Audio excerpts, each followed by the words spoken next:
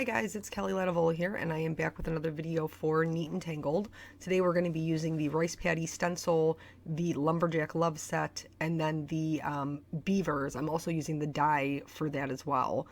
I'm just taping down some Canson watercolor paper to my board. I wanted to do kind of like a washy background, and so I have my paper. It's cut slightly larger than a card front. I picked two colors of Distress Oxide that I thought would be pretty in the background. This is Peacock Feathers and Salty Ocean. I'm smushing those down to my Ranger craft mat, and then I'm using a number 8 round brush by the Silver Brush Company to just add water only where I want the pigment to be. So once I have that down, I'm going to drop in a little bit of that Distress Oxide.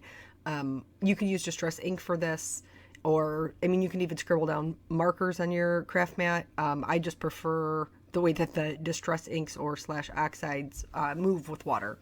So once I have that down, I'm going to blot up some of the extra water that I had on there because I put quite a bit down, and then I'm going to go ahead and heat set it. The reason that I'm heat setting it is because I want to be able to stencil on top of it, but I'm still doing other watercolory-ish techniques to it. So I put down the stencil.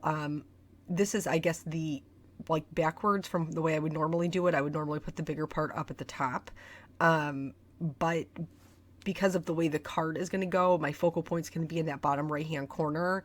I wanted the larger pieces to be there.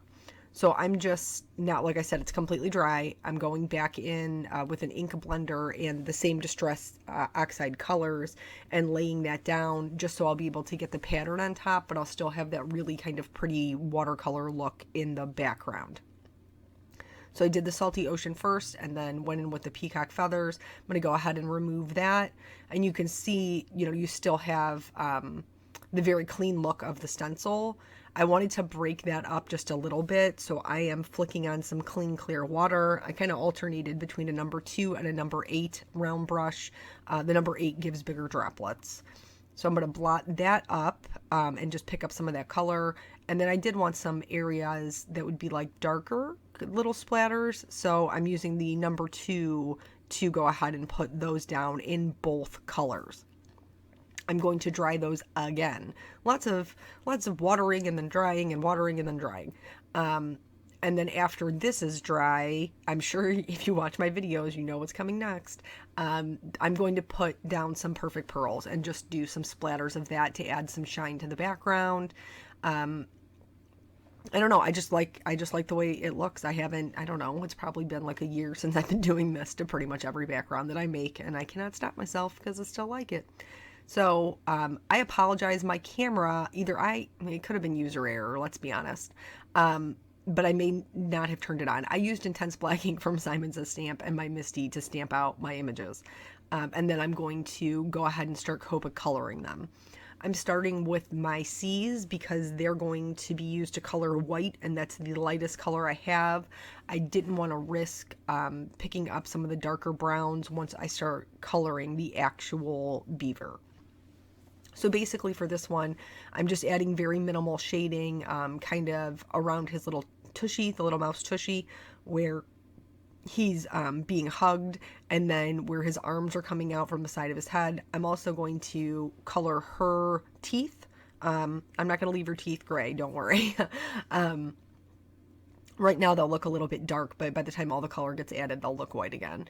And then I'm adding, just to her trim, I'm making the trim on her skirt white. So I'm adding shading to the left and right hand side on the band at the top, and then just very teeny tiny little lines underneath the ruffling of her skirt. From there, I'm going to move on to actually coloring her and the trunks of the trees. I'm very quickly going to explain how I laid out the shadows for her, and then we're gonna have a little bit of story time. So basically for the shadows for her, that little mouse is sitting on top of her face, so there would be shadows there. I added just a little bit of shadow underneath her nose and some texture coming up from the top of her nose. Where her arms are wrapped around, it would be darker close to her body. I also added a little bit of shading to the underneath of both of her arms, and then on the top, like of her leg where it's coming out from her skirt, there would be a shadow, and then just on the inside of her legs. So anyway, I recently joined I was invited to join a stamping Facebook group. And it's awesome. I love seeing everybody in there and all of the cards that they're making, and it's super kind of encouraging. And I just really love that whole forum, that whole idea of crafters encouraging crafters. However, I don't know if anybody else has this problem. When I am scrolling, so, I've got my phone in my hand, I'm scrolling with one finger, just looking at the cards, stopping here and there to comment or leave a little like or what have you. Sometimes when I am scrolling through the comments to leave my comment, what happens is I accidentally set my finger on like the like button for somebody else's comment. And then because it's an accident, it'll be like, somebody will say, oh, like it's absolutely beautiful, or, really love this card. And then I scroll by it and I hit the like and it makes a little angry face. And so now I'm like, this person has been like, it's absolutely beautiful. And I'm like mad about it. I'm not really mad about it. And then like immediately I'm like, oh my gosh, like this is terrible. So I have to go back and then I click the unlike button. But then I think to myself, did they see that? Like, was there some sort of notification that came up in their Facebook feed that said like, Kelly Ledible is angry at your "this is beautiful" comment? Because I don't know if it does. Like, I don't know if there's like if you're fast enough to get it, to remove it, if it doesn't even tell them, or maybe it doesn't tell them after you take it off. I don't know. I hope so. Because like we all know, here's the thing with Facebook. Okay, we're all Facebook stalking people. Like, don't pretend like you don't do it. Okay, like everybody, let's just take some ownership. One of your friends is like, I'm dating, whoever, and you're like, let me go check out his Facebook. Or one of your ex-boyfriends, which for me it's been a really long time, but they get a new girlfriend, and you're like, don't mind if I do. Like these are real things. We're all doing these things. And one of the most terrifying things is like that you'll accidentally like or, God forbid, friend request somebody you're Facebook stalking. Those are like real fears that I have, that I may or may not accidentally be angry at somebody's comment or get busted Facebook stalking people. I mean, not that, like I said, we're all doing it. It's not like I'm not so proud that I can't admit that, but I don't want the people that I'm Facebook stalking to know that I'm Facebook stalking them. Or worse, when you Facebook stalk somebody and then you find something that's like super interesting, and then you go to like show one of your friends and your phone is in their hands under your profile, and like all you can think is, now's not the time to have fat fingers, dude. Like, don't touch anything, don't press anything, don't do anything underneath my name. Oh, first world problems in social media. But anyway, so here for her skirt, I'm adding the shading to the left and the right hand side of her skirt. And then, just work from lightest out to my darkest back into my lightest. Also added a little bit of shading into that like kind of flower that's tucked behind her ear. And the reason that I'm even like on this, like that even is because it happened to me this morning.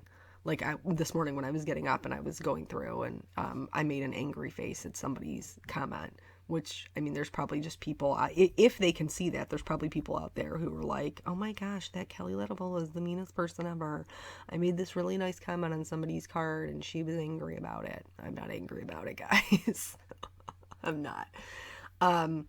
So anyway, with the tree, I am adding some shading and kind of like levels so that it has a little bit more of a dimensional look. You may have noticed the title of this talks about fussy cutting. And there have been other videos where I have talked about fussy cutting or given a tip here or there. I just thought it would kind of be helpful to have, like, to go over all of my tips about fussy cutting. And I'm sure that I'll still talk about them in the future because I do the same things all the time. But anyway, so once I have it all colored, I'm going to add just a little bit of detail to her skirt. I thought it would be super cute if she had a little polka dot skirt on. Because I do tend to make simpler cards, this is something that I really love to do. I am going to go back in with a VO4 and add just a little bit of shading to the left and right over the dots. Do this at your own risk. I have heard people say it will ruin your Copic nibs. I've never had any issue, but they are your investment. So after that, I outlined all my images because that's how I roll. And now I'm going to die cut my little beaver out, and we're moving on to the actual fussy cutting. So first things first, you want to cut it down into a smaller piece of paper. The reason you want to cut it down into a smaller piece of paper is so that it's not pulling on your scissors as you're cutting. Next, I am right-handed, so I'm going to hold my scissors in my right hand, but I'm going to move my paper with my left hand. This is going to give a smoother cut, so I'm not pulling, again, not pulling at that paper. I'm moving it, and images like this with a tree are super simple. There isn't a lot of delicate cutting, but those things will really come into play if you try to cut out something that is a little bit more intricate. I came from the era of crafters before there were dyes. The dyes are substantially easier for sure, but it's just a different look. So fussy cutting doesn't necessarily bother me. So once I have that cut out, in order to clean up the edges, because sometimes even no matter how careful you are, you still get some rough edges, I'm going to go back in with a water-based black marker. This is a Memento Tuxedo black marker. You don't want to use an alcohol marker for this because an alcohol marker will bleed into your image. I typically hold them up facing away from me, so if my marker slips, I don't actually mess up my coloring, and then just kind of trace the outside edge. Alternatively, if you have something that is more intricate or harder to get into, you can put it down on a piece of paper and trace around it, and that will also get all of the edges. So those are the tips that I kind of have for fussy cutting. For the sentiment, I didn't really know what color I wanted to use, so I pulled out two different pieces. When you're talking about design, I'm going to heat emboss this. So I heated it with my anti-static tool. I'm going to stamp it in Versamark. I'm going to use white Simon's to stamp embossing powder, and then I'm going to heat set it until it's smooth. But anyway, when you're working with design, a lot of times you will hear different rules. And one of them when it comes to color is the, gallon, quarter, pint rule, which means you should have a gallon of one color, a quart, not a quarter. What? Oh my Lord. A quart of another color, and then a pint. So a whole lot, a medium amount, and a little bit. And in this card, I've kind of applied that rule. I've also worked on creating kind of that visual triangle. So my gallon is like the tealish blue in the background. My quart, not my quarter, is the green, and then the pint would be the purple. Brown is a neutral. So I die cut a heart out of some Nina 80-pound solar white cardstock, and I popped that up on some foam tape. I trimmed down that sentiment, and I also put foam tape behind it, but I have not pressed it down yet. Not because I don't know where the placement's going to be, but because I need to have the room to be able to shimmy my trees behind it. So I'm also going to pop up my little beaver here, and she's kind of sitting on top of that. And then for the tree in the back, I'm going to glue that down to the white heart. So I'm going to kind of slide that underneath her and glue it down.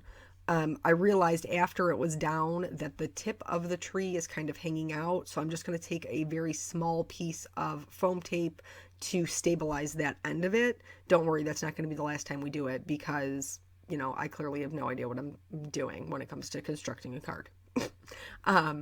So for the second one, the second little tree, I am also going to adhere it flat, but the stem of it, it's not a flower, the trunk is hanging down and also needs to have just a little teeny tiny bit of foam tape. So again, I'm just going to kind of shimmy that behind the sentiment and then also that little beaver tail there. Once I have those, I'm all good. I'm going to push everything down, except I have 2 layers of foam tape underneath that sentiment, only where the heart is. So it's like bowed. It was not a good plan. So here, what I've done is I've cut 2 small pieces of the foam tape. I've peeled the back off of them, and I'm going to slide them underneath until they catch that tape, and then I'm good to go, thankfully. It wasn't too terrible to try to pick up. I'm going to put some clear Wink Estella just on the purple accents, and then I'm going to use the clear mix just to kind of add some movement and of course a little bit of extra shine. Once I have those down, I like to go back over top of them with with glossy accents just to make sure they aren't going to move. And then that is the whole card. So thank you guys so much for joining me. I hope that you have a awesome day, and I will catch you on the next video. Bye.